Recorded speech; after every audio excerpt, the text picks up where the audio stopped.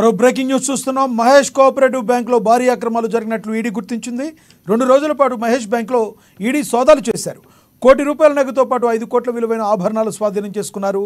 అనర్హులకు 300 కోట్ల రూపాయల రుణాలు ఇచ్చినట్లు గుర్తించారు. 1800 మందికి డమ్మీ గోల్డ్ లోన్స్ ఇచ్చినట్లు ఈడీ అధికారులు గుర్తించారు. పలు రుణాలకు తక్కువ వడ్డీలు వసూలు చేసినట్లు ఈడీ గుర్తించింది.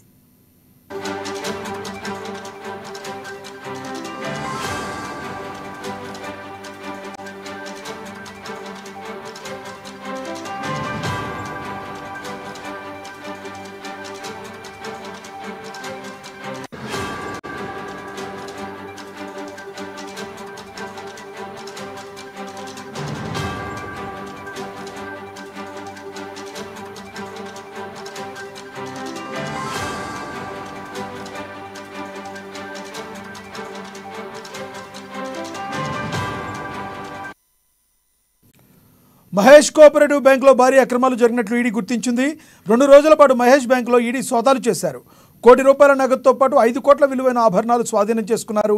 అనర్హులకు 300 కోట్ల రూపాయల రుణాలు ఇచ్చినట్లు గుర్తించారు. 1800 మందికి డమ్మీ గోల్డ్ లోన్స్ ఇచ్చినట్లు ఈడీ అధికారులు గుర్తించారు. పలు రుణాలకు తక్కువ వడ్డీలు వసూలు చేసినట్లు ఈడీ గుర్తించింది. ఇదే విషయానికి సంబంధించి మరింత సమాచారాన్ని మా ఇన్పుట్ ఎడిటర్ శ్రీనివాస్ అందిస్తారు. శ్రీనివాస్, చెప్పండి, తాజాగా మీ దగ్గర ఉన్న సమాచారం ఏంటి దీనికి సంబంధించి?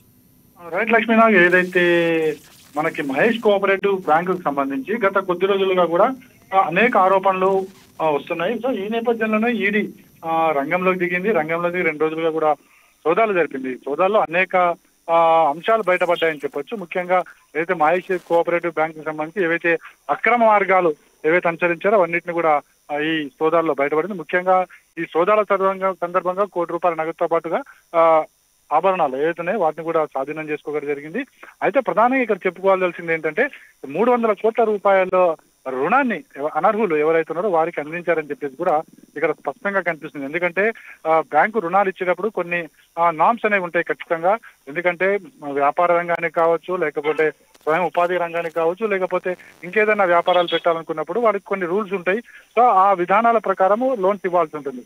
కానీ ఇక్కడ అనర్హులకు లోన్స్ ఇచ్చారని చెప్పేసి కూడా ఈడీ తన ఛార్జ్ షీట్ లో రాయడం జరిగింది. అంటే ఏదైతే విచారణ సందర్భంగా చేసిన దాంట్లో రాయడం జరిగింది. అదేవిధంగా 300 కోట్ల రూపాయలు అనర్హులకి ఇవ్వడంతో పాటుగా 1800 మందికి ఇక్కడ వాళ్ళకి ఏ విధమైన అర్హత లేకుండానే వాళ్ళకు కూడా రుణాలు ఇచ్చారని చెప్పేసి కూడా తెలుస్తుంది. అంటే ఇవన్నీ కూడా పక్కదారి పట్టేందుకు అనేది మాత్రం ఇంకా స్పష్టమవుతుంది. ఎందుకంటే బ్యాంకు చివరిగా ఏం చేస్తారంటే బ్యాంకు నష్టాల్లో ఉందని చూపించి దివాలా తీసే ప్రయత్నాలు కూడా చేసే ప్రమాదం ఉంది. కాబట్టి ఇవన్నింటినీ పసిగట్టిన తర్వాతనే ఈడీ రైడ్ జరిపి ఎక్కడ ఏం జరిగిందనే అన్నింటినీ కూడా బయటికి వెలికి తీయడం జరిగింది. మొత్తానికైతే మహేష్ కోఆపరేటివ్ బ్యాంక్ లో ఇలా జరిగిన ఈడీ సోదాలకు సంబంధించి ఏదైతే గత కొద్ది రోజులుగా ఆ బ్యాంకు మీద వస్తున్న ఆరోపణలకు ఇది వాస్తవం అనేలా అనిపిస్తుంది. లక్ష్మీనాథ్, దీనికి సంబంధించి ఓన్లీ బ్యాంకుకి సంబంధించిన వాళ్ళకే ఈ రెస్పాన్సిబిలిటీ ఉందా? ఎవరన్నా మరేదన్నా పెద్ద తలకాయలు దీనిలో రాజకీయ కోణాలు ఏమైనా సపోర్ట్ ఉండే అవకాశం ఉందంటారా? ప్రస్తుతానికైతే రాజకీయ కోణాలు అనేది పెద్దగా ఉండకపోవచ్చు. ఎందుకంటే మహేష్ కోఆపరేటివ్ బ్యాంకుకు సంబంధించి గత కొద్ది రోజులుగా కొన్ని ఏళ్లుగా కూడా అనేక ఆరోపణలు ఉన్నాయి బ్యాంకు మీద.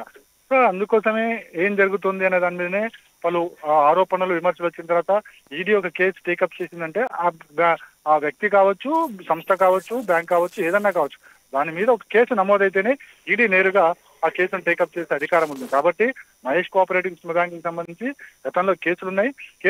ఈ అనుమానాలు ఎందులో ఏ విధంగా అవకతవకలు జరుగుతున్నాయి అనే పూర్తిగా ఒక అవగాహనకు వచ్చిన తర్వాత ఈడీ ఈ కేసును టేకప్ చేసింది అనుకోవచ్చు.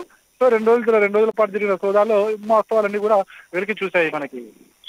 Lakshminath, thank you Srinivas.